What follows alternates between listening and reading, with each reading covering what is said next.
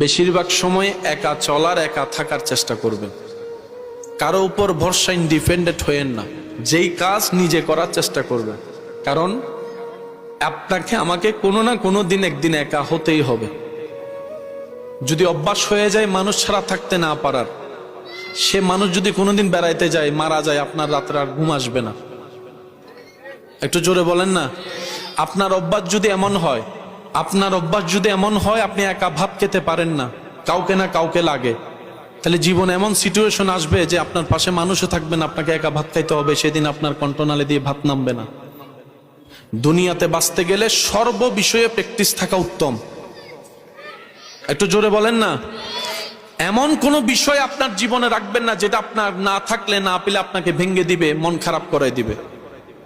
ভরসাটা থাকবে রবের উপর। একা চলতে থাকেন। আসছি একা, যাবো একা, একাই আমাদের জীবন। আর কোন বান্দা যদি আপনাকে জিজ্ঞেস করে তুই একা চলিস কেন, আপনি উত্তরে দিবেন আমি একা চলি না, আমার রবের রহমতের ছায়া নিয়ে চলি। সুবহান। তোরা দেখছিস আমি একা, কিন্তু আমার মন দেখছে আমার চতুর্দিকে আমার রব্বুল আলামিনের রহমত আমাকে জড়িয়ে ধরে আছে। বলেন সুবহান। যার তাওয়াক্কুল যত বেশি, তার দুনিয়ার জীবন তত মুসিবত বেশি। যার তাওয়াক্কুল যত বেশি, তার হাসরের রাস্তা তত সহজ বেশি। মুমিনদেরকে আল্লাহ তাআলা বলে দুনিয়া নিবা না আখিরাত নিবা। মুমিনরা বলে আল্লাহ দুনিয়াতে মানাই নিব, আখিরাতে নিয়ামত নিব। তখন আল্লাহ তাআলা তাদেরকে আখিরাতের নিয়ামত দেয়, দুনিয়াতে নিয়ামতও দান করে দেয়।